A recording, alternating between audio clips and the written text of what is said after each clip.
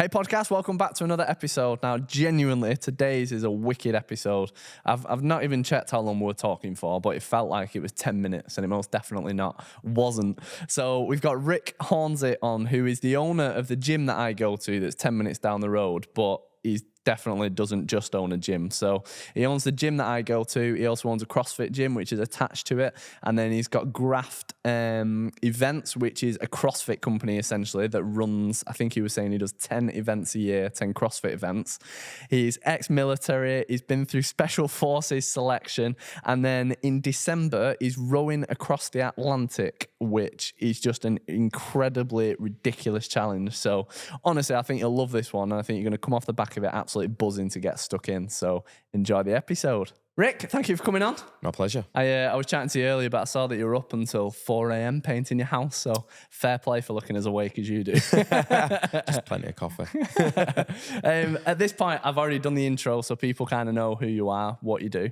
But I thought it'd be right nice to start off by going back to the beginning when you were a builder, weren't you, for 7 years? And then 22, 23, you joined the army? 22, yeah. So, yeah, tell us about that. Yeah, so I left school at 15. Didn't have a clue what I wanted to do. Didn't have the world's best GCSEs. I wouldn't say I was not intelligent, but I just didn't apply myself at school. Went to my friend's dad, who was a builder, and he gave me a job. So I went building. Lasted for about 7 years. I was good at it, and I had intentions of probably like opening up a building firm myself. But through the kickboxing that I did, I started doing some security work, and then they recommended doing some military time. So I joined the military. The recruiting office is a bit of a weird beast. They kind of just steer you, not necessarily where's best for you, but where's best for them. Oh, okay, got and you usually don't know what you want at that point. Yeah. So because I'd come from a building background, they sent me to the engineers. So my actual trade in the military is plant operator mechanic. So I drive all the diggers, bulldozers, things like that. So I'm trained on all of those. But I went straight down and did my commando course. So same as Marines. Yeah, because I noticed it was Army Commando Engineers, which you Green Beret. So I saw that. So are they linked to the Royal Marines, even though they're Army? So we're the same qualification, if you like, as the Marines. We've done the same training as the Marines. Okay. We do ours, like most of it, because we've already done a basic training to get into the military, to get into where we're at. So we don't do the full 32 weeks like the bootnecks do, because they're going from scratch.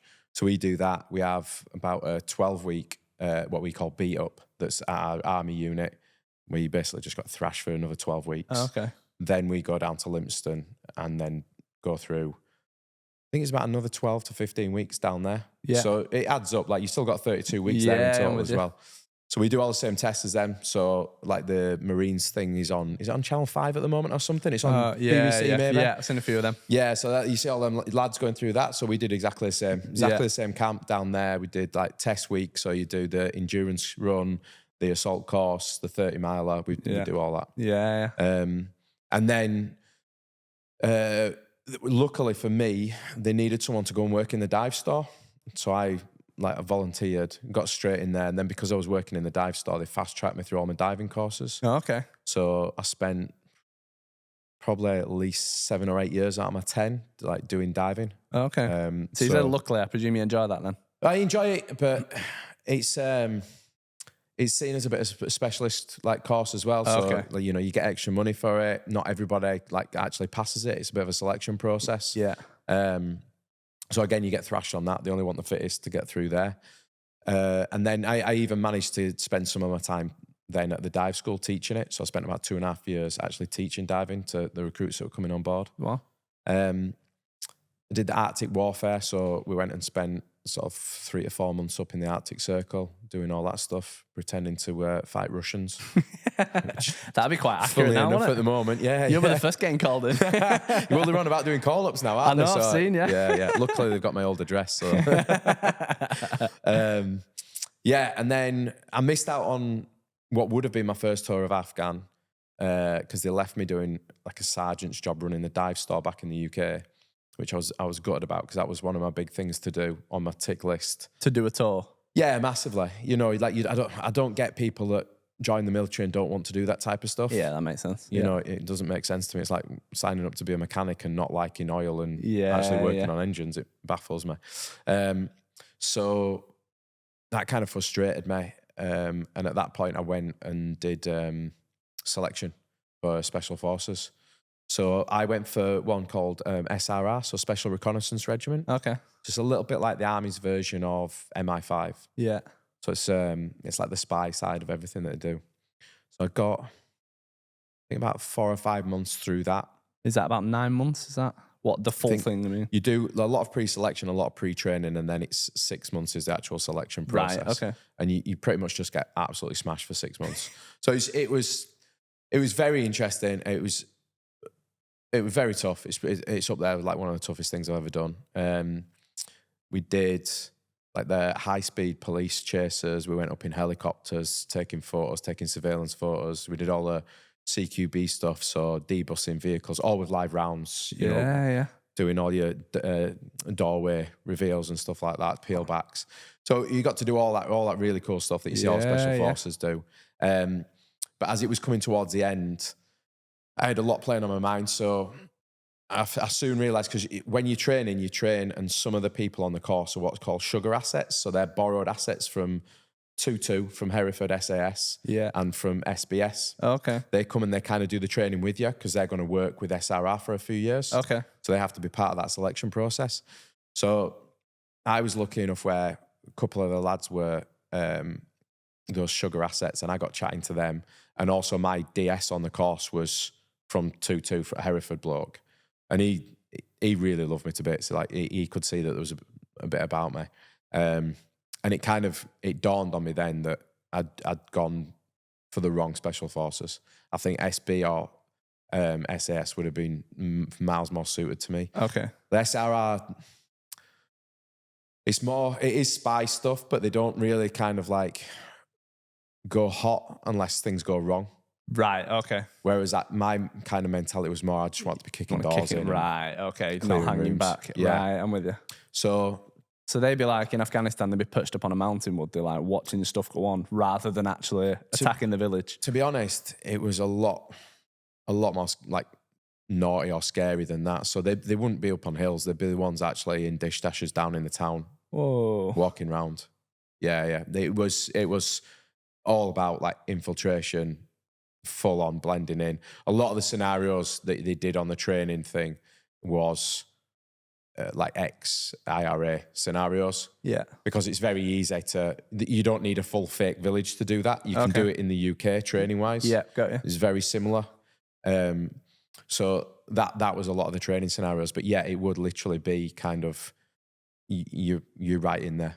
Wow. You're not miles away gaining the intelligence. You're in the house with whoever. Yeah. So yeah, it's really, really interesting, really scary.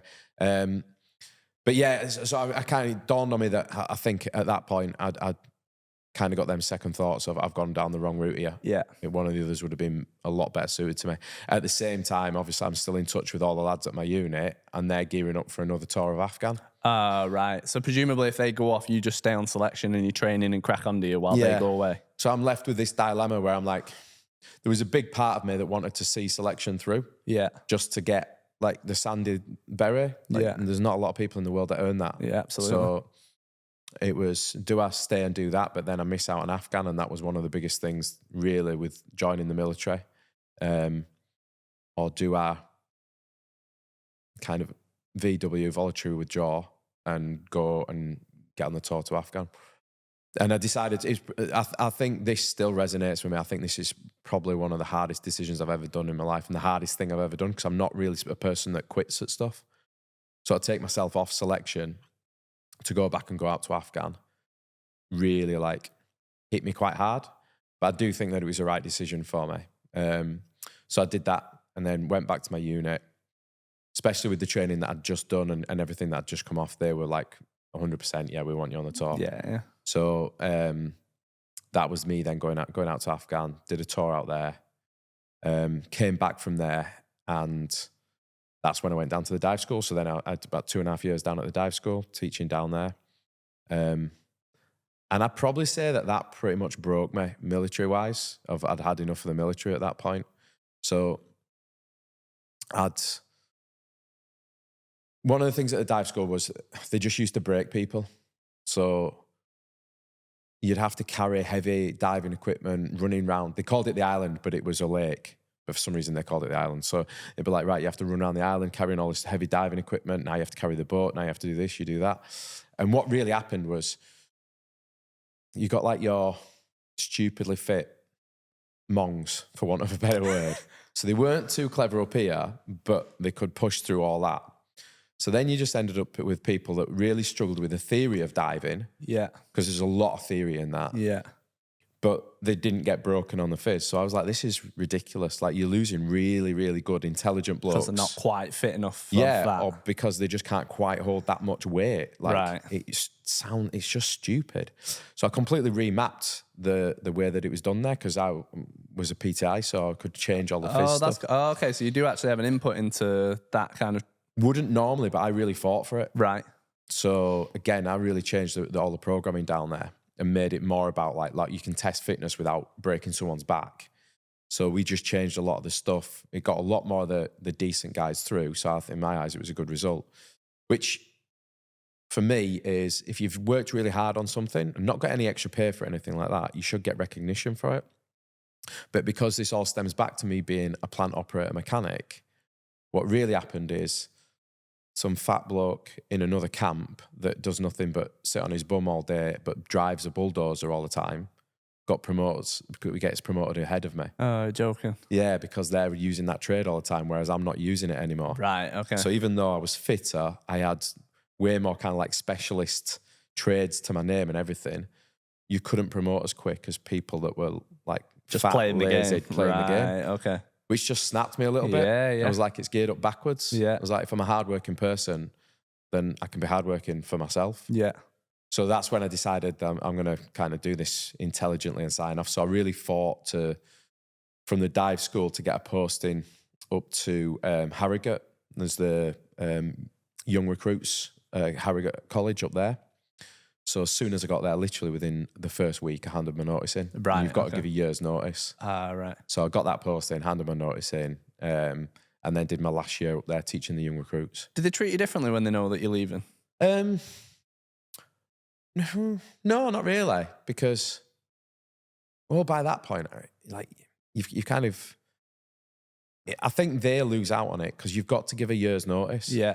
So, I mean, if you speak to anyone, once they've given the notice in, you're mentally on to the next thing, aren't you? They've mentally You're not going to be exited. staying up late working on that, are you? You're going to be thinking about your next project. 100%. Yeah. So I was just very intelligent about it. Like, I took no leave, even though they said that they had to. I was like, well, I'll play the system. I worked as much as, like, if they needed cover for this, that, and the other, I'd be like, yeah, I'll take that, not take leave, did this.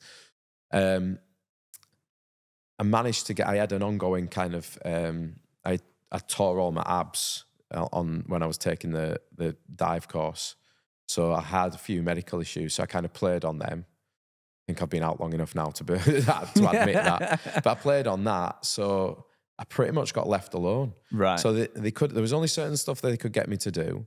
I managed to train 3 times a day because there's amazing training facilities and pool, gym, everything. So I was basically a paid pro athlete for my last year in the military. It was amazing. So that was my last year finishing up there. And then when I left, I came back, moved back here. It was also about being close to back at home. I've been down south my whole career in the military. So being back up here, trying to get established back in Halifax. Well, before you go on to that bit, are you going to start telling me about the gyms and stuff? If you don't mind, I'd love to dive a little bit more into the stuff you've done and then move 100%. On to the gym. Is that all right? Yeah. So if we go back to selection, it's very rare that I get to sit opposite someone who's actually gone on selection, and I love all that kind of stuff. Obviously, never done anything like myself. Are there any stories you can tell from that? Are there any lessons that you learned, like anything that sticks in your mind that still helps you today?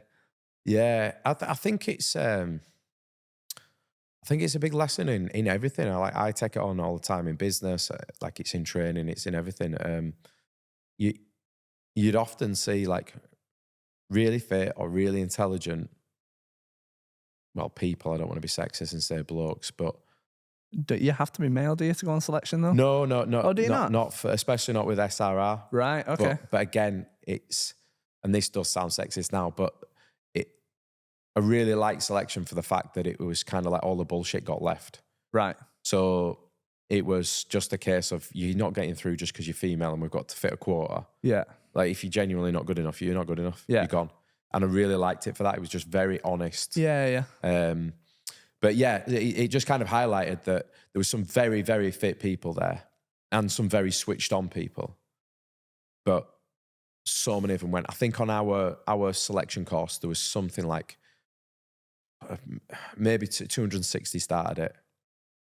And within a couple of months in, we were down to 60. Whoa, it's fast then, isn't it? Yeah. And those that have got to that stage have already had to pass so many criterion tests and fitness tests, mental tests, a whole lot to get there. They were all like the fittest and the most intelligent in the military. And still, those numbers dwindled so fast. And it comes down to one thing, and it's just mental resilience. Yeah. And so many people don't have it. They can be like the most intelligent person. They can be the fittest people and think that they do this, that, and the other. And they're just not. They're weak in the head. They can't see stuff through. They can't push through hard times. And it's exactly the same with business. Like, genuinely, I don't know how many people would have quit by now, having done all the stuff that I've done. It's relentless. It's tough. Every month, there's something that's happened where you're like, I don't even know if we're going to survive this month. But like something's hit us now. Somebody's not paid, but I've still got people to pay. I'm juggling between whether I pay my mortgage or let that one bounce or pay this, that, and the other. Like my one hard, fast rule is always that the staff get paid first. But other than that, sometimes you've got to push like your landlord, worried whether they're going to throw you out. But I think other people would just walk away. Yeah. Well, many people would. Yeah. Is that something, have you always had that? Do you think that's a skill that you can build, or where do you think that kind of grit and resilience and determination and just that absolute I will not quit attitude comes from? I don't know. I think there's a few contributing factors, but I think one of the big ones is probably like wee man syndrome. Okay. I'm not the world's tallest person. Yeah. But like growing up in Halifax and playing rugby league, there's not really any excuses for that. So even as a young lad, one of the main things that always like stuck with me from my coaches was like, it doesn't matter your size, just hit them as hard as you can so that they never want to get hit by you again. So it's just like that resilience of, it doesn't matter on the rugby pitch, whether you're bigger than me, whether there's always a way to it. And even if I'm walking away from that tackle just wanting to cry inside, I ain't going to show it. And even if it breaks my bones, I'm going to eat it just as hard the next time as well. Because the main thing on it is getting you to, or getting the person that you're trying to be, is that they're giving before you. And I think that's like, even from a kid, that stuck with me all the way through. Yeah. It's interesting that you say that, because when I asked you the question then, the thing that popped into my head, so when I was in secondary school, I was bullied. Like, just used to have like stuff. I remember like people throwing, there was a group of about 5 lads and I was a soft kid, to be honest. I didn't do wasn't particularly fit. I was dead scrawny, didn't do any training, didn't play rugby or anything like that. And I'd always remember in my friends group, there was sort of a separate friends group that sat and they used to like throw stuff at me and just call me names, and you can see the names now. And I'm very much like, I don't care that I used to be bullied. I'm very confident now. But it's still interesting that when I ask you that question, that pops up into my head straight away. And I think a lot of, like when I'm training or when I'm riding or when I'm pushing through, I would feel I'm a person who's got that determination to don't quit, and the same for his business. And it's interesting that you said it's like wee man syndrome, because it's the same kind of thing for me, that a lot of that motivation I think stems from, it's almost like proving people wrong, isn't it? And like, and even though I'm very much over that, like I'd quite happily just chat to the bullies now, like it is what it is. It still motivates you, even though it's like 15 years on. So it's interesting that you've got the same thing. I think, especially now in culture, there's a mindset of like, everybody's perfect and everybody's this. And I think really when you've got like pain points and stuff that's been a bit shit, or if you've been bullied, or if, you're worried that you're too small or whatever it is, I think you can use that and harness it to 100%. Fuel you through. Yeah, I'll be honest. I think this kind of modern, everyone gets a trophy for turning up and participating and this, that, and the other. I mean, I don't know. I'm sure I'll get someone commenting because I'm saying this, but I think it's like a cancer on society. It's like people are now coming through. Like we get young people joining the team, and they don't last because they've got absolutely no resilience. Okay, as soon as they get told they're doing something wrong, and as soon as they get told off for something, they leave. Right. And it's like you're just getting told that you've just done something wrong. Yeah. Like tomorrow's a different day. And I'm not a shouty boss like with stuff like that. It's just like you've got to be okay with being told that you've done something wrong. Yeah. I get it all the time. I'm the first person in my team that we're like, I'm a smart ass with them as well. I'm not going to bother lying about that. But I'll be the first person when I've got something wrong that's like, yeah, I'll hold my hands up, I've got that wrong. But kids these days can't handle it. Yeah. And I think it's purely because of stuff like that. Like you need to understand that putting hard work in and trying hard in sports or in school is rewarding. Whether that's with grades, whether it's with the win and stuff like that, you shouldn't be getting rewarded for just turning up. Yeah. I 100% agree, because life doesn't reward you for just turning up. Exactly. Like, but we've just both sat here and both said the main thing that have made us what we are and where we're going is something that happened to us as a child that wasn't great, but that we learned resilience from it. Well, if our kids don't have something that teaches them resilience, what's going to be their driving force? What's going to get them through when, whatever challenges them on the dream that they've got? It's like no one's going to get to wherever their dream is, whatever they aspire to be or do, without some hardship. Yeah. So if they don't know how to cope with that and push through it, and we've just both said that happens, and you learn that lesson as a kid, so they need it. And it very much, I think, both fitness and business is all about failing your way forward. Like, and I think you can it almost gets glamorized, I think, like failing and making mistakes, but then it still feels crap at the time. Like if you like fall short, or you can't pay your supplier, or you don't have enough for your tax bill, or whatever it is, still feels terrible at the time, but it is just that over and over again, isn't it? And it's the same with mountain biking. It's falling off and then getting back up and trying again, and falling off and getting back up, or not being able to clean the climb. And the same for like workouts. It's everything, isn't it? You do kind of fail your way forward. Crazy. I mean, just look at like obviously with COVID. Yeah. I mean, we were chatting about it before, but on a business level. Oh, I was going to ask you about that, but I had everything shut down. Yeah. So I had all my businesses shut down, and it's like, yeah, but you got grants. It's like, they barely scratched the sides, I imagine. Exactly. They barely scratched the sides. Luckily, we had customers that still paid. But I mean, I think it was in the first 2 to 4 weeks, they said that like, if you're working outdoors, you can go back to work. Yeah. I went back on the building sites, and I carried on building for 18 months, 2 years.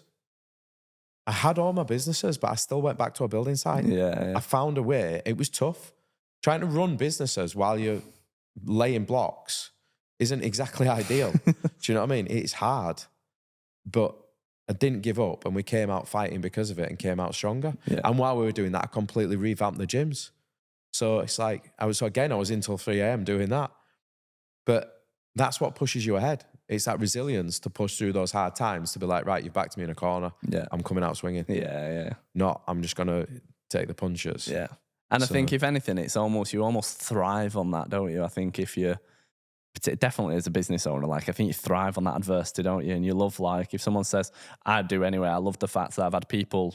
I had a friend who was like my best friend through secondary school, and it was when I was very first setting up MTB Fitness. So I was a PT setting up MTB Fitness, and he moved down south, decided to become a copper, and I met him for a coffee.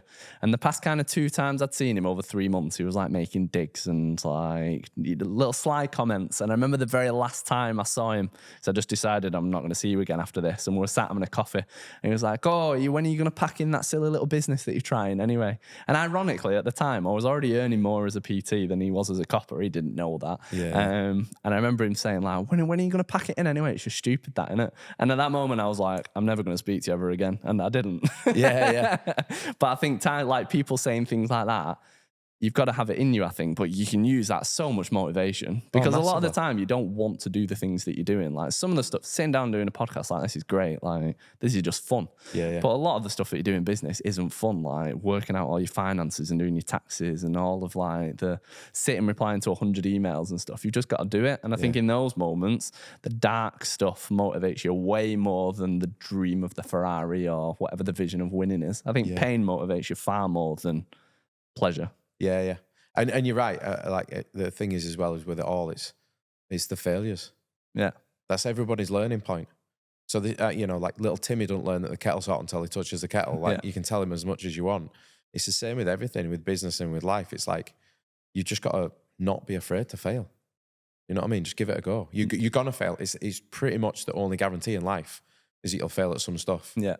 But you'll learn what went wrong. And then that's how you get better. Yeah. And it happens so much in like the sport we do in CrossFit. Yeah. Like it's, but and again, I don't think social media's helped that, because people only put the good stuff on. Yeah, that's so it. people see everyone and they're like, oh, but they're managing to do this and they've only been doing CrossFit this long. It's like, who gives a shit? Yeah. Like, genuine, like, this is a hobby. Yeah. Like, it's not paying your mortgage. Stop stressing so much about it. Like, just chill, enjoy the process, enjoy what you're doing. It'll be the same with mountain biking. Yeah. It's like, just enjoy it. Yeah. The thing is as well, I think with social media is that you're right in that you only see the best of someone. But then as well, you only need to follow 100 pro mountain bikers, or in your world, 100 pro CrossFit athletes. But then if they're posting 2 or 3 times a day, you can scroll on Instagram for 2 hours a day and only see the best in the world at something. Yeah. And that gives you a very warped perception of what 99.9% of people are like. Because the vast majority are just normal people with jobs riding on a weekend or doing CrossFit on every day, whatever.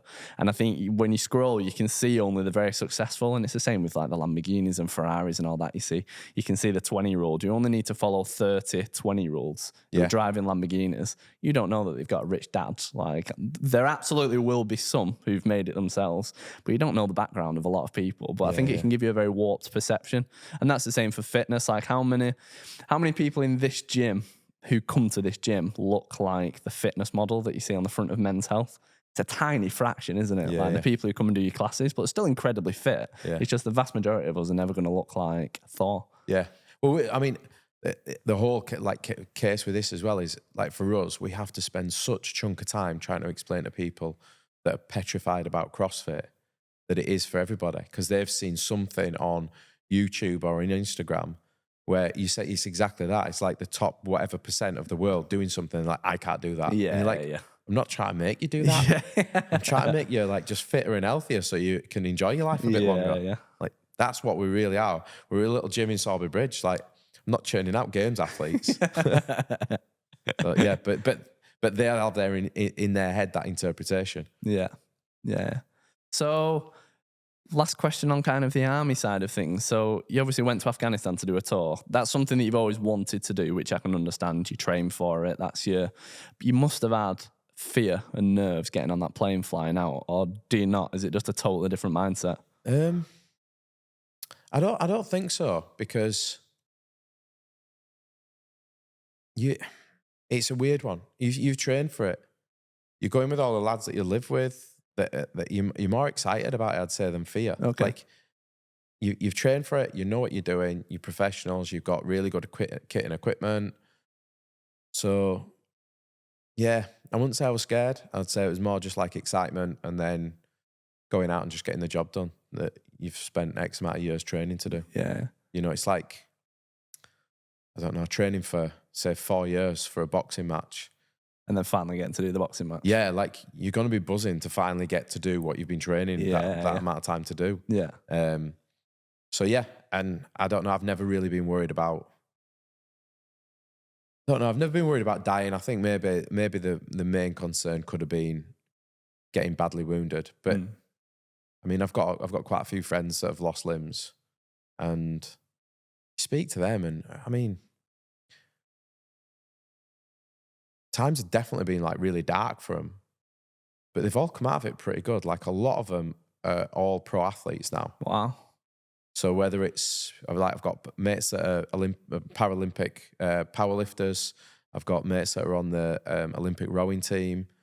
Like, I've even got mates that compete at a really high level and all around the world doing CrossFit. Yeah. Like, I'm not saying it was like amazing to happen to them, but what I am saying is they probably wouldn't have made it to the Olympics as a fully, able-bodied person. Fully bodied person. So in a way, it's been a very painful, but it's really like opened up their eyes. They've got to meet all the royal family through Invictus Games and things like that. Like, they've got to do stuff that they would never have done.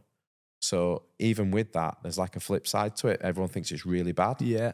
But it can also change your life. Did you think that at the time, or did you just totally push out the idea that you might lose your legs, to put it bluntly? Do you like just try and ignore that? Or did you think it at the time, think if it does happen, it's not the end of the world? I think you just don't even think about it. Like the military, I think a lot of the services are like this. Like I know a lot of paramedics and firefighters, and when you're dealing with stuff like that, you've got a very dark sense of humor. Yeah. And you switch off to stuff. It just doesn't affect you. Right. Yeah, and I think you're just trained that way. Part of your basic training teaches you to be like that. Everything that you go through the military kind of does that with you. So, like I've seen stuff that most of the population won't see, of people being blown up and things like that, and in pieces, and it doesn't affect you. It's weird because for some people, like PTSD, not going off on a tangent about PTSD. No, I was going to ask you about that. So. Yeah, but it affects people in all different ways. Like I've got a lot of friends that suffered really badly with it, and that quite frankly, their lives are ruined. And then I've got people that saw horrific things who are absolutely fine. It's just weird. It's like there's no hard and fast rule on who it affects. Right. You'd think there should be some sort of scale. Yeah, like you could predict. You've seen this much gruesomeness. You're on a high list for probably getting PTSD. It doesn't work that way. Right. I had people that barely saw anything, where their whole lives are ruined now, where they ended up falling down that rabbit's warren of drugs and alcohol and stuff to try and cope with it, and they've ruined their lives. Yeah. Whereas there's sort of, like I say, there's other people that I know that saw horrific things, absolutely fine. And are they actually genuinely absolutely fine? Or do you think they're like fighting battles that they don't show? Because obviously in this day and age, there's a lot of bravado, not in any way saying they're like this, but there can be a lot of bravado where you say you're okay, but behind doors you're struggling. Or do you think it genuinely just doesn't affect some people? No, I just genuinely think it doesn't. I think it's just like everybody's brain's wired up a different way. Right. I think for those that haven't, I think for those that do, I think there's a certain amount of time that they try and do that bravado. Like you don't just get back off tour and you're like, I've got PTSD. Yeah, of course. It's years down the line. Yeah. And I think they do hide it for a while. But I think it manifests in other ways. Like my ex-girlfriend,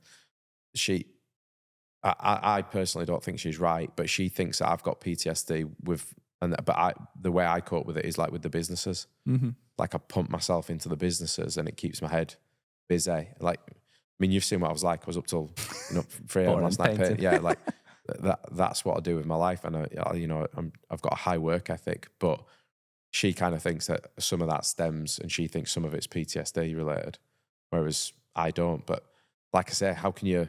I don't know who's right and who's wrong. Yeah. It's weird. You can't really define. I suppose, can you do nothing for a week, and do you feel okay when you do nothing, or are you just constantly busy all of the time? To be honest, I'm constantly busy all the time. Like even when I go on holiday, most of the time I have to take my laptop with me. Genuinely, like I've been last 2 holidays, I've been at the side of the pool doing payroll and stuff like that, and sorting issues out. I'd love to get it to the point where I'm not, but I also think that I'd need about a 3 or 4 week holiday, because I think it'd take me about a week and a half to stop, I suppose, like reaching for my phone and for the laptop. Like if we were going on a proper holiday, I'd like to not take my laptop, but it's, and it'll lead on to something we're going to talk about later on with the row.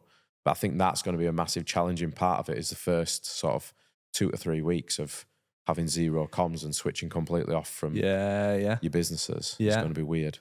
Well, if you're anything, so we went away I got married in August, and we went away for almost a month. I was off work for like the whole of August. So I pre-scheduled every Facebook post, every Instagram post, everything was ready to go. The only thing I had to do was reply to emails, which took about half an hour a day. So it was like every morning do half an hour of work.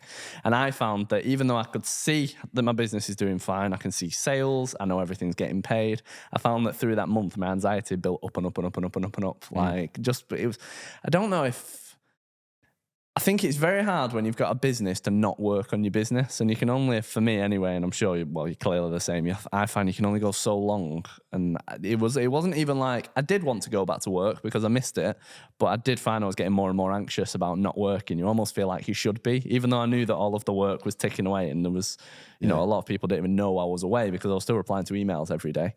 So it'd be interesting to see. Yeah, I'm 100% like the same train of thought, and you can see it in everything that we do. Like as soon as I box a project off, realistically, I should have some free time back, and instead I fill it with another project. Straight away. Yeah. So it's like my own worst enemy. Yeah. So you did 10 years in the military. You decided to come out for reasons you've kind of touched on already. You got fed up of that life, I suppose, and that polarization of not being able, the progression being given to the wrong person and whatnot. Yeah. Was it always a dream to own a gym? I know a lot of PTs, the dream is to own a gym. For me, it's never been that, but I know a lot of PTs. Was that a dream for you, like to have this?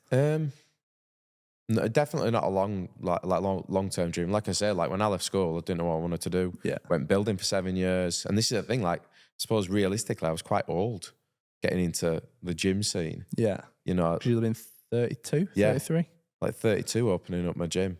I think that's a much better, I mean, you need to have some money to be able to do it, but I think it's a much better age than 22. I thought I knew it all at 22. I knew absolutely nothing. But there's the bit of me that's like, so it's, and again, this is that double-edged kind of thing where there's part of you that's like, what if I'd have got into this at 18? Where would I be now? Mm-hmm.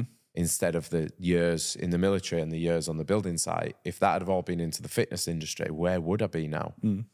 But it's also the years on the building site and in the military that got me to where I'm at, not just like mindset wise, but also skill set. Like when I left the military, I had no unit, but I knew that this was what I was going to do. And I had this stupendous drive to make it happen. So again, whereas a lot of people would be like, you know, well, it's hard, so I'm not going to do it, or I can't find a unit, so I'm not going to do it. I have none of that in my head. Genuinely, I'm like, I don't get how people do have doubt. I'm like, it might not happen the first time or the second time or the third time or the 800th time, but if you keep going, it'll happen. Yeah. That's just the way my head's wired up. Yeah. So I left the military. I had no industrial unit. I had a bit of savings, and I was like, well, I don't really know how I'm going to do this, but I'm going to do it. And we actually went on a motorbiking trip down to Barcelona to watch a MotoGP with my brother and some of my brother's kind of friends, kind of family friends. So we went down, there's about 5 of us, I think.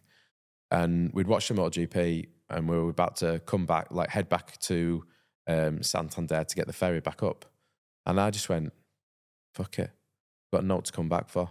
So I just went off. I had no plans and went off all around Europe. Yeah. Yeah, did all like south coast of Spain, France, Italy, got a pirate ship from Italy over to Albania, through Albania. An actual pirate ship, or is that just... near enough, trust me. Like, it was the dodgiest thing I've ever been on in my life. And just got off in this like weird port in Albania where no one spoke English with those massive like Russian hats and that lot. I was like, Jesus. Sat-nav stopped working because it was out of the EU. I was like, I don't even know what I'm going to do here. Sent me down some little... So I was on a sports bike on an R1 as well. It weren't exactly like a comfy bike to do it. Down some like mud lane. I was like, I'm never seeing home near. And then ended up somehow managing to find the motorway, found some fuel. It was like, honestly, like you don't get to do stuff like that unless you're willing to just do it. Yeah. Off cusp, no plan, didn't know where I was going. I was literally, as I was driving along, I'd just be looking on TripAdvisor at a service station, and I'd be like, I'm roughly going to get to the Albuquerque hotel there. And that's how I lived. Just went all the way through. So all the way down to Greece, back up through like Albania and across to like Switzerland, Geneva, back up to Brussels to see some people, and just then back up and home. Whoa. So it was, like amazing. But then got back, and literally within a week or so of getting back, this unit became available. And I'd first looked at this unit probably about 5 years before. Right, okay. So I was like, sod it, it's fate. Yeah. Let's do it. So I took it on. I practically lived here. So I pretty much moved into like the little office room that's next to the open gym bit up there. So for those listening to it in like the podcast, or you can see a bit on video, there's kind of 3 parts in there. So you've got the front bit, which is, I'd say like picture like a sawdust CrossFit type gym with barbells and that kind of thing. Then you've got the big room that we're in, which is where you could fit 100 people, could you in here? 50 people do a class or whatever. Or so, yeah. 50 people in here do a CrossFit class. Then in the other bit, you've got what's more of a typical gym, which is more polished, proper mirrors, like your typical gym setup, haven't you? Yeah. So it came available. Yeah, so this became available. And again, this is where that previous stuff, so military, living rough, not caring too much about your home comforts, 7 years on a building site. So I lived in here. and completely Literally revamped lived it. in here. Yeah, there was grass growing in the floor and everything when I came in. Also, it was literally like just an empty kind of unit, was it? Whoa. Barren unit, horrific. I'll show you some photos of it. Absolutely horrific. Yeah, you'll have to send them through and Zach can put them on the YouTube. Yeah, just stripped the whole place out, sprayed everything, painted everything, resorted the electrics, did the whole lot, built all the toilets, the coffee shop room, everything like that. Everything built by me. And then opened up. But even through that, the business loan fell through halfway through. So I was like, I don't know how I'm going to do this. So instead of being like, right, let's just bow out, I just cracked on. Yeah. I didn't even give it much thought. I was just sort of like, oh, well, I'm just cracking on. Something will happen. And lo and behold, I managed to get the money and we managed to open up. And then we've built that. The couple of years or so in, the unit next door became available. Right. And that's when I was like, right, let's go again. So it started as just a CrossFit gym, did it? Yeah. Just doing classes? Yeah. Got you. And then took the unit on next door, knocked through, built the doorway. It was me, so I'd be coaching here and then I'd go in there on an evening and completely built all that place as well. Built everything, all the walls, everything in there.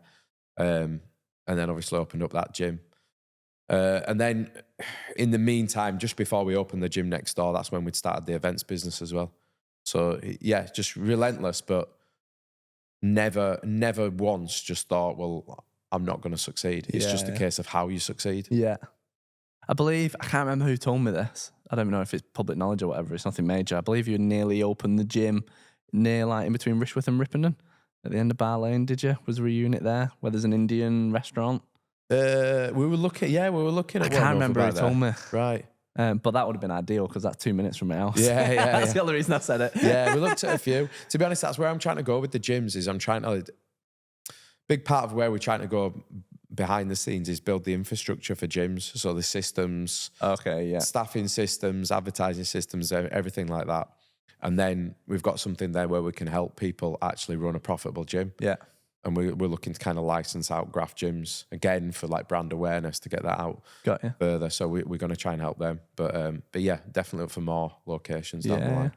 So you did the CrossFit gym. How long did it take you? So open day, people turn up on open day. Was it like a massive launch leading up to it and then it's loads of people turn up on day one? Or was the door open and you kind of sat here on your own? It was tough. So we obviously I did it up. We did flyers. I think we did a bit of Facebook marketing. We did a few bits, but also there was other CrossFit gyms in the area as well. Oh, okay. But I think I'd been probably coaching it the most, and I was good at what I did. I had the most experience. Yeah. Just being a coach and being with the military and things like that.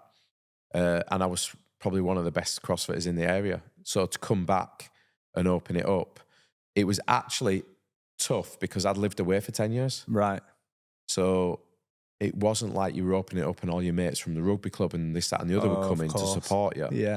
I was opening it up as if I'd been a foreigner. Yeah. So people still remembered me, but they weren't necessarily gym goers. Yeah. So you were starting from scratch in a town where you'd not lived for 10 years. Yeah. So yeah, it was tough, but then I had to work hard on that, on marketing, delivering the best coaching that I could, and reputation got around and we built pretty fast. But now the challenge for me is how you replicate that now as a business without you. Yeah, I know what you mean. Like it's okay, you putting your heart and soul into something. Like for instance, how would you scale your business to other people doing the podcasts and doing the video stuff? Yeah. So you sit back and can push the business in other areas. Yeah. That's where I'm at now with this. So it's like, how do you now build your staff to deliver the amazing coaching, amazing programming, amazing customer services? Yeah. And I imagine it's a different beast altogether doing it on a different site, isn't it? It's one thing getting the guys here because you can see the good PTs and you can be with them every day, but I imagine that's even harder, isn't it? Or a totally different beast doing it in a totally different gym where you can't be there all the time. Yeah, well, that happened with us. I bought a gym over in Bradford Way. In Crossfield. So it's not just around the corner, is it? It is a drive away. It's not 5 minutes. Exactly. So it might as well have been hours. It was like 45 minutes if it was decent traffic-wise. But because we didn't have the systems in place, the coach there, as frustrating as it is for me, is I have to take responsibility for this. And that's the way I always run my life and my businesses now. I think he took liberties, but he took liberties because we didn't have the systems in place to keep him accountable. So it ended up getting to the point where as soon as I got busy with other projects or with the events and wasn't on his back about everything, we went from being profitable to losing money per month. Okay. But obviously they're getting paid the same.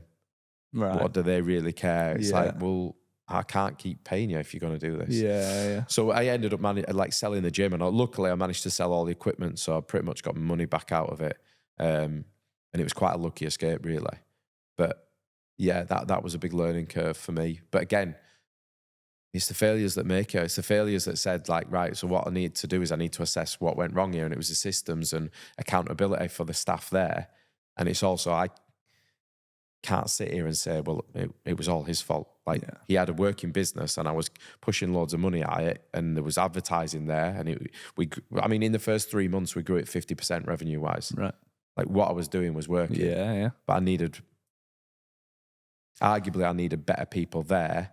But what I really needed was better systems, so that the people there if they were keeping to the systems, they should have carried on being profitable. Yeah. So that's where we're at, like with the business now. I want to build systems that work, so that then you've got that as a package. So it's exactly why there's value in McDonald's. Yeah, that's what I just thought of then. Yeah. It's just, it is a system, isn't it? That's 100%. 100%. And that's what you're buying from a franchise and that's why the banks will lend you money to buy a franchise. They've got ratings on certain franchise models.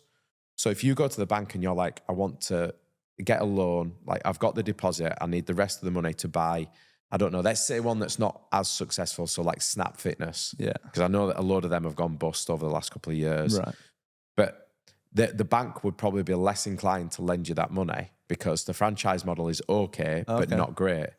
If you go to the bank and you're like, right, I've gone through the process and McDonald's have accepted me to buy a franchise, I just need the money. The bank will just go, sweet, done. Yeah. Because no one loses at McDonald's. Yeah, of course. The systems are so brilliant and it's such a well-known brand and everything that the bank just goes, yeah.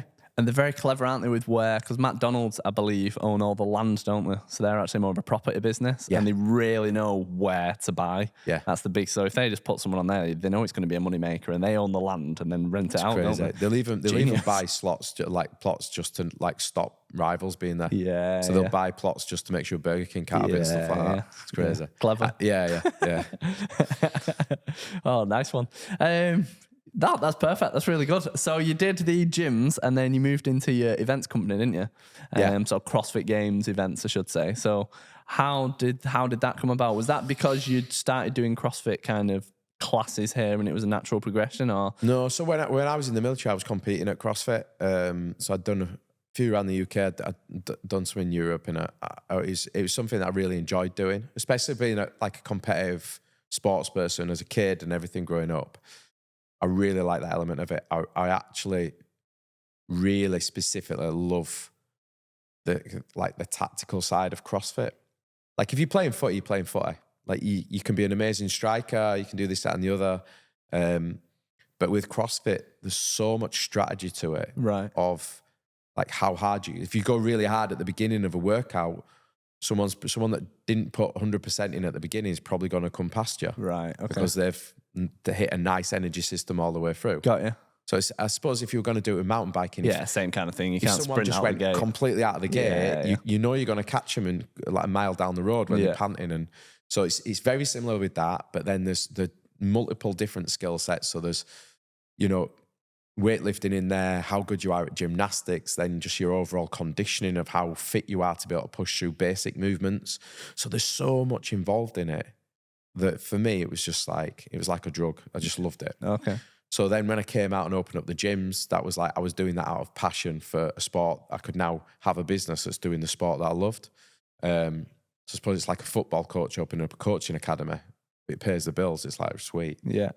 But then it was myself and a friend who I think we were just actually having a pint in the local pub, and we got chatting about it, and I was like, do you know what? Like the UK CrossFit scene is just crap. Right. I was like, he's still spitting sawdust. It's like they'll hire a sports hall out, and then they'll be like crap coffee and maybe like 2 crap vendors. Right. Okay. And it's like it's not. like if you're taking part, I get it because you're doing it, but it's not like going to be great for spectators. It's not like a really high end sport. Yeah. Like, I think we can do better. Yeah. And we just sort of like sat down, chatted about it, and we're like, fuck it, let's go for it. Let's just see what we can do. Yeah, yeah. And somehow like we sat down, we managed to find an equipment supplier. And in the early days, we had to try and sell a lot of the equipment for them. But an equipment supplier called Wolverson came with us, who back then were like a lot smaller. Yeah. And we're still with them to this day. Oh, okay. He's a really nice guy, isn't he? Yeah. I can't remember the name of the Jason. owner, but he messaged me. I was doing my garage up, and he thought I was turning my garage up into a gym, but I wasn't. It was to park my car in and do videos in and whatnot. And he messaged me, and I jumped on the phone with him for about an hour. Yeah. To say he's got this huge business, like super sound guy, and really nice. Really nice. Like, he rings me up just to chat about stuff. Yeah. And it's weird because it's like, it's purely a business relationship, but it's more than that. Yeah, yeah. So they kind of, I suppose, went on a punt with us, and we put it on at this leisure centre over in Huddersfield, at the Cal one at the top of the ring road, and again, just so many learning curves. It was a wooden floor, so I had to buy loads of floorboards to put down so that the floor didn't get wrecked. Yeah, of course, dropping barbells on it over and over. I had to do everything, and we went from this company of just two lads having a crack at this to, before lockdown, we were like one of the biggest brands in the space already. Okay. Booking out these big arenas and putting it on. And then through COVID, by this point, myself and my business partner, John, the relationship had got a little bit sour because we weren't really communicating. So I think there was a lot of frustration on both parts. John was doing the event organising, and to be honest, he was definitely not getting paid for the amount of hours that he was putting in, but I wasn't getting paid at all. Right. Really, I took about £500 per event, and that was it. Yeah. It's probably £1 an hour or something less about less, yeah, way less. So I think there was a bit of resentment both ways, but then because there was no communication there, I was the face of the business, so a lot of the CrossFit community knew me, so I was kind of the face of it, and he was behind the scenes. But then that led to, like, I do all the briefs and everything, so then I wouldn't get the information till like the night before of what the workouts were.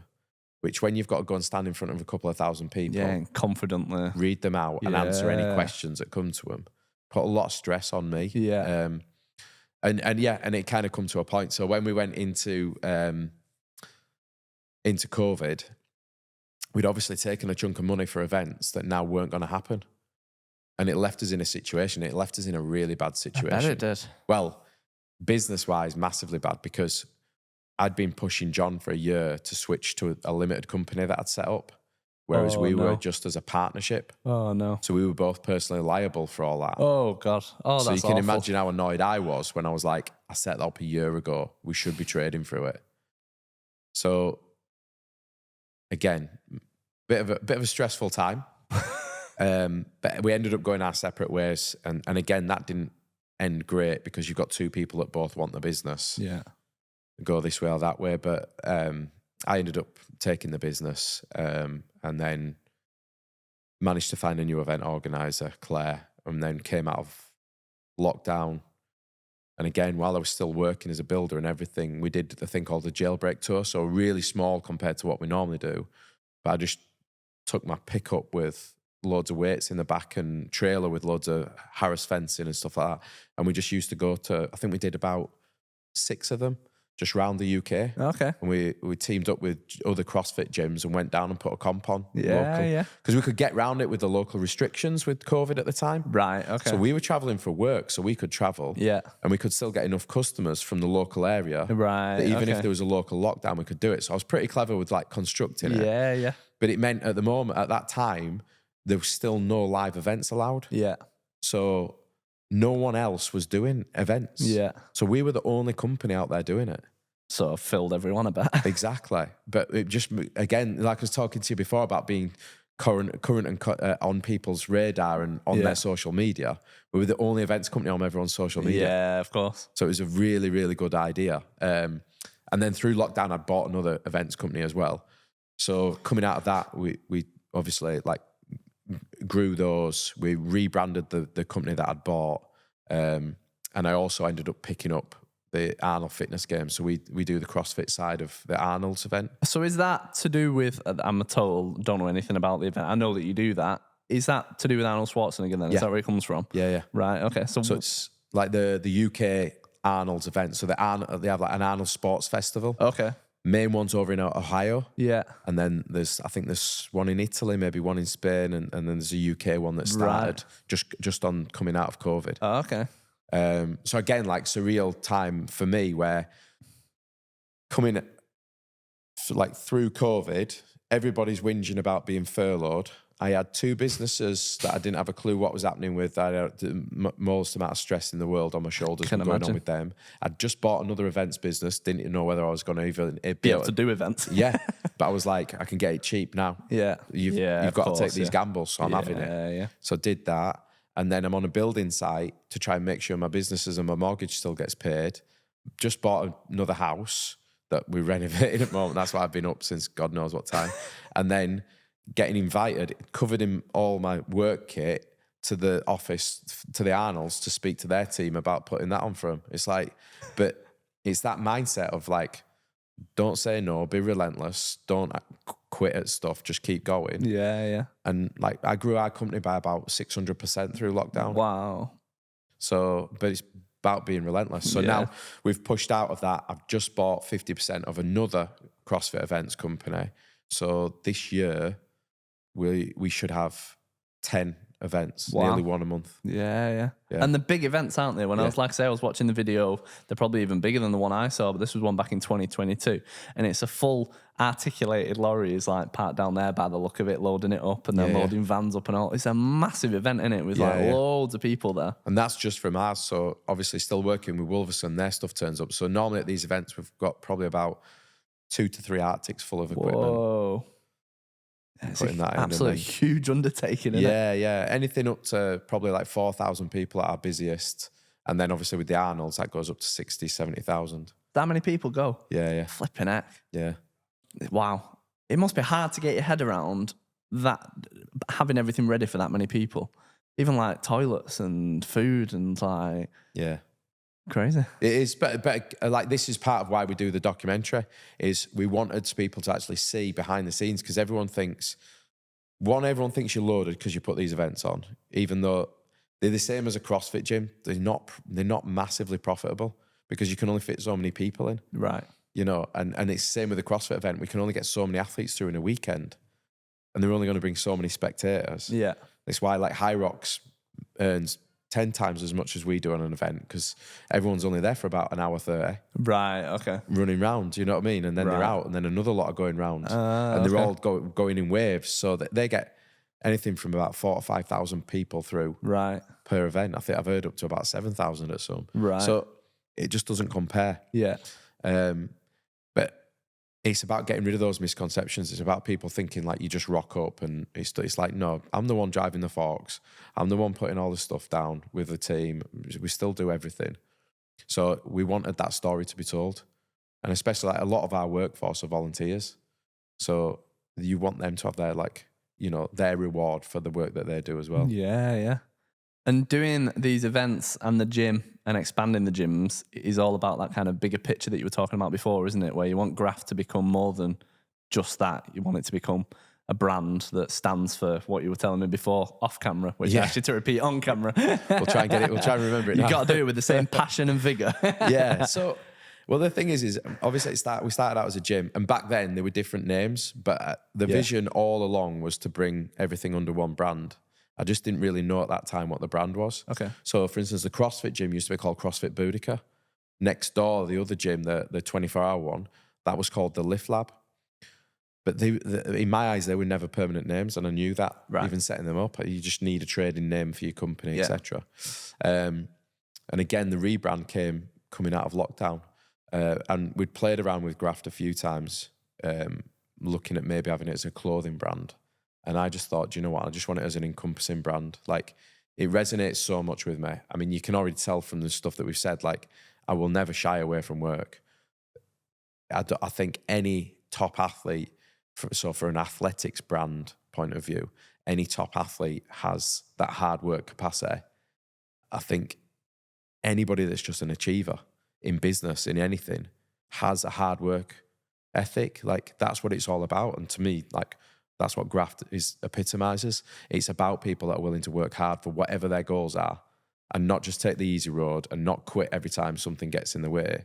But those that are actually like, no, I'm in this for the long run. I'm going to see it through. I'm going to get it done. So for me, it's not even just a sports brand. It's more of a mindset and outlook.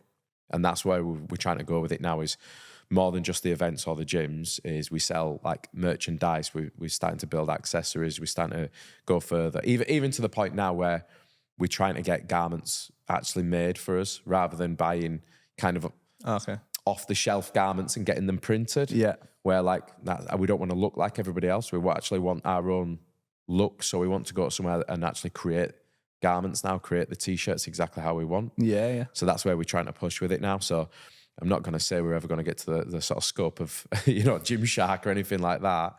But we've got those aspirations of actually like building it into a brand now. Yeah, yeah. I love it. That's amazing. Well, I think all of that isn't enough to keep you busy. So because of that, you've, as everybody else would do, you've decided that you're going to row the Atlantic, haven't you? Yeah. So I've got the website ready for this because I think it just kind of does it justice. So you're rowing the Atlantic in December. Yeah. That's right, isn't it? Yeah, so yeah. I'm just going to read it from the website because they do a ridiculous like breakdown. And I think it sums up perfectly who they're trying to get. So it's called the World's Toughest Row. Is that right? The World's Toughest Row brings together teams from all walks of life united by the same objective, to take on the unique challenge of crossing an ocean in a rowing boat. The atmosphere is electric as people help each other prepare for the challenge of the mighty Atlantic Ocean. Teams battle with sleep deprivation, salt sores, and physical extremes inflicted by the race. Rowers are left with their own thoughts, an expanse of the ocean, and the job of getting the boat safely to the other side. The race offers different experiences to all involved. The challenge creates strong friendships, and competitiveness gives way to the camaraderie that is required to complete the challenge. And when I was looking, the absolute fastest you can possibly do this is 30 days, I think, isn't it? Is like the fastest. Yeah, I think they've just broke the record with 35 days. Right, well, there you go then, so 35. Yeah. So you're going to be in a rowboat rowing with 4 of you, is that correct? Yeah. Another three people. And bearing in mind with that as well, up until, probably 5 months ago now, I only knew one of those. Right. So it's just like... So it's strangers then, isn't it, really? Yeah, pretty much, yeah. But again, it's one of these... So 2 of them are McDonald's franchisees. So we're doing it for the Ronald McDonald Housing Charity. Okay. So it's a really good charity. And obviously they're massively behind it, with it being McDonald's stuff. The other one is a friend of theirs that does a lot of contracting work for McDonald's. So that's how they kind of know him. And then for myself... They needed another person, and because I know one of them, they're kind of blah chatting to me, and it's just one of those, like, I think my head works slightly different to other people, and it's like, yeah, it's going to be hard, it's going to be this, that, and the other, but I was like, when else do you get the opportunity? When else does someone ask you, do you want to do something that literally next to no one on this planet has done? Like, how many people have done it? Do you know? I don't know, but one of the stats that they throw out is more people have been in space than have done this. Right, wow. Like, there's not a lot. And because bear in mind, like, it's grown now, so there's quite a few boats leave each year. There's only one crossing per year because that's when the trade winds allow. So that's why it's in December. Okay. So it's not, you're going across the equator, so you're going from the Canaries just off Africa. Yeah. You kind of head south, and the trade winds and tides help you across, and then to the Caribbean. So you can't do it the rest of the year because of the hurricane seasons and stuff like that. Like, it'd be absolutely lethal. So there's only one a year, and they do multiple things. So I think like this year in a 4-man boat format, which is what we'll be doing, there's maybe been 5 or 6. So you think even that over that amount of years, and that's if they're successful and make it all the way. Like, someone died this year.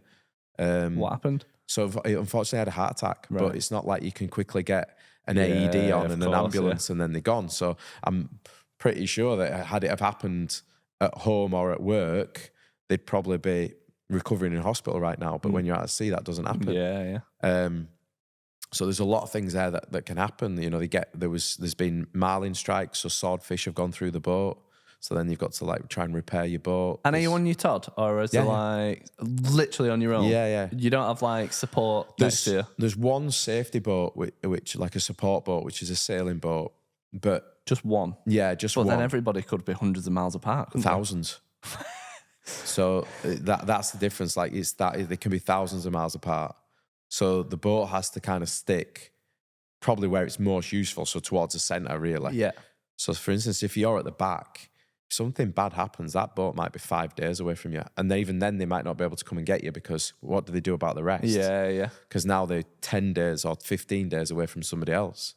So it's like really dangerous. It's one of the last kind of like real dangerous challenges that's out there. Like even I'd love to go up Mount Everest, but even that dwindles more and more the more I find out about it, because it's like 10 a penny going up that now. I tell you what I don't like about the idea of Everest as well, not that I've ever contemplated genuinely doing it, is you hear stories of people just paying a lot of money who aren't fit, who then like panic on the ladders and stuff and freeze, and you can't go until they've gone. Yeah. And you hear of people dying because they're getting stuck behind Mick, who's an accountant who decided he wants to do it, and now he's like shit himself and can't go on. And I hate the idea that it's not because of you or because of an avalanche that you've died.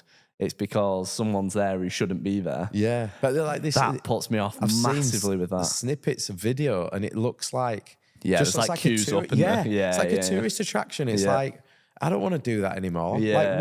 Follow 15 other people up and like, no, you've lost all like the challenge of it. Yeah, it's like I want to do something that nobody else really wants to do. Yeah. Like that's cool. That's that's the point of doing it. So it'll be horrific. So do you have to carry all your food? Everything. You've got some emergency stuff. It's about 33 foot. Right. But you've got cabin front and back. So literally in the centre bit, you're maybe meter 20 wide. Yeah. So not a lot of space either side. And then you've got enough space for 3 people to row, and that's it. Oh, so one rests, 3 row.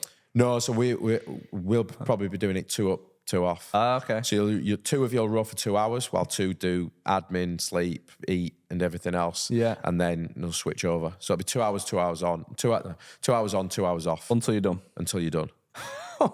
Yeah. And then it depends. So like if storms hit, sometimes you've just got to be in the cabins. So if a storm does hit, you just have to battle down and just get in the cabin. So you think if a storm hits for like 4 days, you're literally just in a cabin with a person that you don't know that well. Yeah. For 4 days. Horrific. And if the boat gets a leak, so presumably you could be just nowhere near help. Is that right? I know you've got your one boat, but then if you had to call the Coast Guard or whatever, they could. Oh, there isn't a Coast Guard, is there not? No, there's no. You're 3,000 miles away. Like, so right when you're in the middle, you're 1,500 miles away from anything. Okay. There's nothing coming for you. So there isn't help. No. So if you need help, there's that boat, but that might not be able to come. Yeah. And there's the odd shipping tanker and stuff like that. So but then you've got other things of like the boat's 95 grand. Right. Wow. Flipping heck. Like if you just leave that and abandon it. Yeah. The insurance ain't gonna pay. Yeah. It'll pay if something happens. Like I think it's up to about 12 miles offshore, but then after that you're in international waters. Right. So you just potentially leaving 95 grand.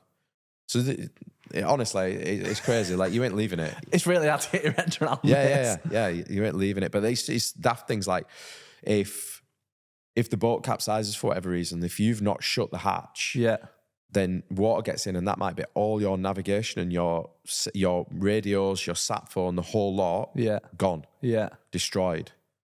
So now you've got no way of even telling anyone that you're in the shit. Do you know what I mean? Like it's proper hardcore. Yeah, it's What happens if it does capsize? Is it like a kayak and there's ways of getting it round? Yeah, it's weighted to like right itself, but obviously if you've got water in the cabins, it won't do that. So then you've got different ways of trying to get the water out and this, that, and the other. But again, it's one of those, you get it back up and then you've just got a nightmare on your hands because you can't even let anyone know that you've now got no nav. You don't know. Imagine being 1,000 miles away from anywhere and not knowing where to head. Have you heard the stories of orcas attacking boats? Yeah. So there's been orcas, there's been shark attacks, there's been all sorts. This is mental. Yeah. It's just amazing. Everything else that we've been talking about so far, it's like, yeah. And then it's like, this just dwarfs all the rest of it. Well, that's it. Like the lads, we've done quite a lot of like goal setting and different bits and bats for this. And kind of, I think the lads got a bit ahead of themselves and they were like, should we go for the win? Should we do this? Should we do that? And I was like, lads, I'm not taking the piss, but with 4 middle-aged blokes, like Nick's in his 50s, we're all in our 40s. There's like stupidly hench sets of 4 men, like teams of blokes that are barely managing to do this and surviving. I was like, let's just get across. Like, I'm pretty sure that's an achievement. Yeah, I agree. Like, let's do that. And also... And next year? Well, it's you see, this is the thing. I just think it's stupid because so much depends on an uncontrollable, which is the weather. Yeah.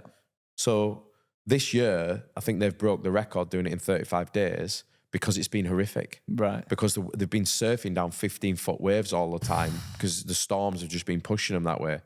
So it's been a horrific... So that's faster, is it? Yeah, right. Yeah. There's been absolute... Because you usually... I think you row normally about... I think it's about 100 miles a day, they reckon. But a wind can push you further than that. Yeah.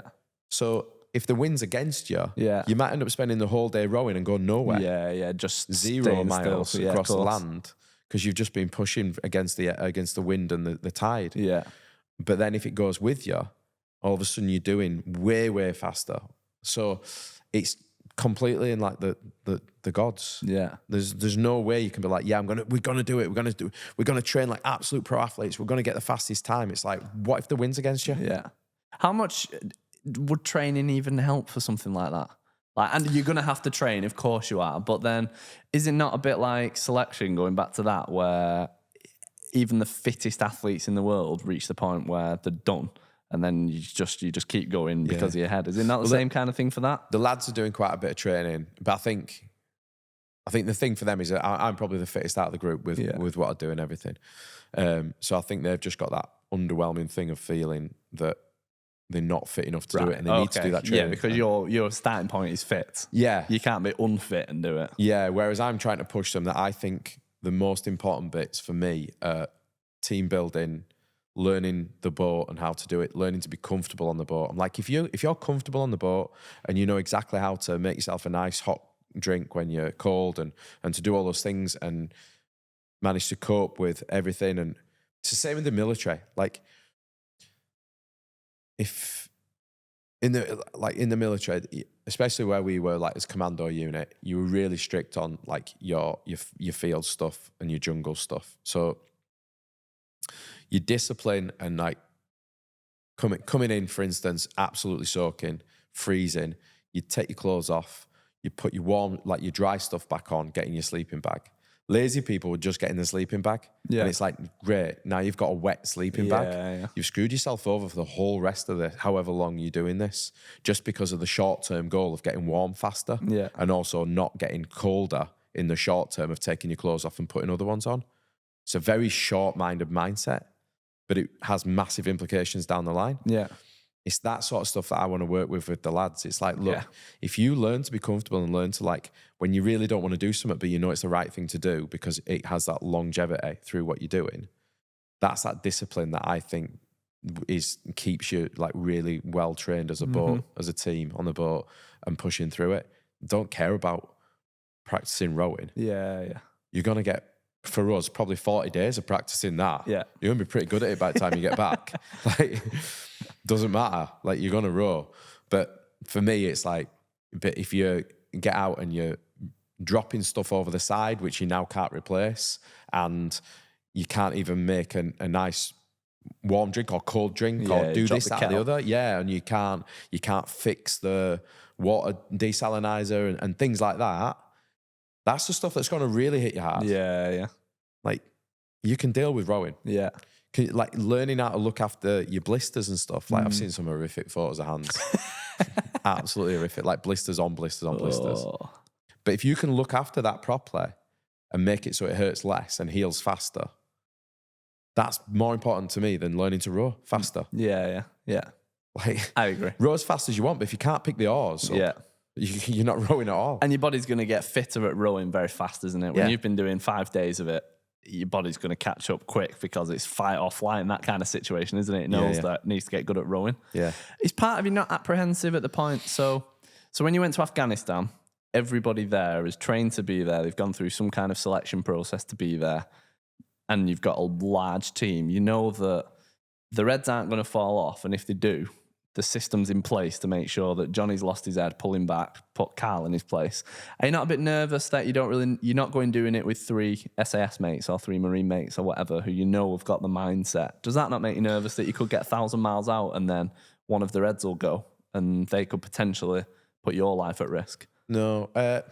2 of them are ex-military anyway. Okay. But no, and it brings me on to a point that I've spoke to with the lads as well. No, because you're fucked. Where are you going to go? Yeah. Okay. So what, you're going to swim back? Yeah. It's tough sunshine. We're doing it. Yeah. So one of the things that, again, that I've spoke with the lads is like they want to do umpteen trips, like in the North Sea and this, that, and the other. Yeah. They wanted to row last weekend. Yeah. And I managed to talk them out of it. And we did a training session down here and then went to the pub and had a big chat about some of the admin stuff that we've got to do. Okay. And my whole point was like, it was chucking it down and it was 1 degree. Yeah. I was like, why do you want to have this like really negative view of what it's going to be? Yeah. Yeah. Well, it's not going to be cold when we do it because it's you're going across the equator. Oh, yeah. So it's not cold. Yeah. But it's like, what you're going to do is you're going to put a really negative kind of, I don't know, blocker in your brain of being on that boat. Like you're going to have a rubbish, however many hours we're on it, you're going to be frozen, soaked, and just miserable. So then every time that's going to resonate with you when you think about that boat. Yeah. I was like, if up to this point, we've enjoyed every session on the boat. Yeah, that makes sense. So I was like, if you keep on having that, it's positive reinforcement that the boat is a pleasurable place to be. Yeah. You know, it's why, people avoid houses where something's happened to them at that house and things like that, like childhood traumas and stuff. Yeah. There's no chance that childhood trauma is going to happen to them again. Yeah. But it's the location and it's a mind blocking them. So why do you want to do that on the boat that we've got to go and spend 40 days on? Yeah, yeah. I'm like, just keep it to good times. Yeah, that's a good idea. And then you can almost imagine it being a fairy tale, can't you, when you're on it and you've got nice, happy or even thoughts. if it just turns into a nightmare, you're like, it's tough. We're in it. You're here now. We're here. We've got to see it through. We're either going there, going back, or drowning. Like, something's happening. Yeah, yeah. But like, I think they wanted to do quite a bit in the North Sea and stuff. And my point was, it's quite a busy shipping lane. I was like, if you get in where we have a very narrow miss with a big tanker or something like that, that might really put the willies up you. Where you're like, actually, I've got kids. Yeah, I could potentially die. Have they got kids? Kids, the other 3. Yeah. But that's what I'm saying. Like, why do you want to have that before you're actually doing the thing? Once you're on it, it's like, shit, we could have died. It's like, no, but we still got 2,000 miles to go, so just get back rowing. Crack on. Yeah, do you get what I'm saying? Like, for me, it's like, don't scare yourself before you're going to get scared. Yeah. Save that for that. Yeah. It's going to happen. When you're actually scared, it's too late. It doesn't matter. Exactly. Yeah, it's probably going to happen. But I mean, there's going to be some amazing times as well. Like, I've done some sailing across the Atlantic. Yeah. And it's just like, it's unreal. Like at night time, you see the full Milky Way, which you've never seen anything like it. Like if you've never seen the Milky Way, you might think like, yeah. But it's genuinely like almost like a grey band across. Whoa. You can just see so many stars that you just can't see in land. There's just too much light pollution. And then you've got like the algae in the sea, it's got phosphorescence in it. So you're seeing it on David Attenborough shows and stuff, where it like glows fluorescent. Yeah. So when you're in the sea, every time you like break into the water and move these, they glow green or turquoise. You're going to be hallucinating. You're gonna honestly, well, I've done it. So I can remember when I was sailing and I was like, what's that? And went up to the front of the boat. And there was actually 3 dolphins swimming with us, but they were fluorescent green because of this. Whoa! So you had every time you like the bar went in the water. Obviously, you push water aside, so they were now fluorescent green waves. Yeah. And then you had 3 fluorescent green dolphins swimming about. It's like it's amazing. Yeah. Like you don't see it. You're not going to see it just going to the beach and taking a speedboat out or whatever you can kind of normally do. It's like you've got to be out in the middle of nowhere to see this stuff. Yeah. So yeah, it's going to be like amazing. I don't think those guys have seen that sort of stuff, so I think it's going to be really good for them. Yeah. Well, I think that's the place to finish. We definitely need to have another podcast in, what will it be, a year? Yeah. If I make it back, I'll be coming back with like straggly hair and a massive beard. I think they said when I was reading, I think the average you lose weight is 8 kilos in 30 days, isn't it? Yeah. So you'll come back looking like me. Honestly, but again, this is why I'm trying to work with some like protein companies for a sponsor. Yeah. I'm kind of adamant to stay on top of the nutrition side of it and actually try and have as much like maintain as much muscle mass as possible. Yeah. But we'll see. Yeah, see if you come back skinny. Yeah, well, I've heard it's like you pretty much have to learn to walk again once you get back. Oh, of course, because you won't have walked, will you? No, you row, but other than you're not even really walking. No, you're holding on to you're not rails going to stand up tall, are you? And then exactly. Yeah, of course. Yeah, so we'll see what happens. Oh, we definitely need to do another podcast there with that. You can bring back some kind of mementos that I'm sure there'll be something. But it should be good. Yeah. Well, I'm training after this, so I feel exceptionally motivated for my workout. So that's fine. That'll get me through. But no, thanks for coming on. We'll definitely get you back on in a year, and then as long as you're up for it, I want to hear all about it. Yeah, for sure. Sound. Cheers for coming on. Pleasure.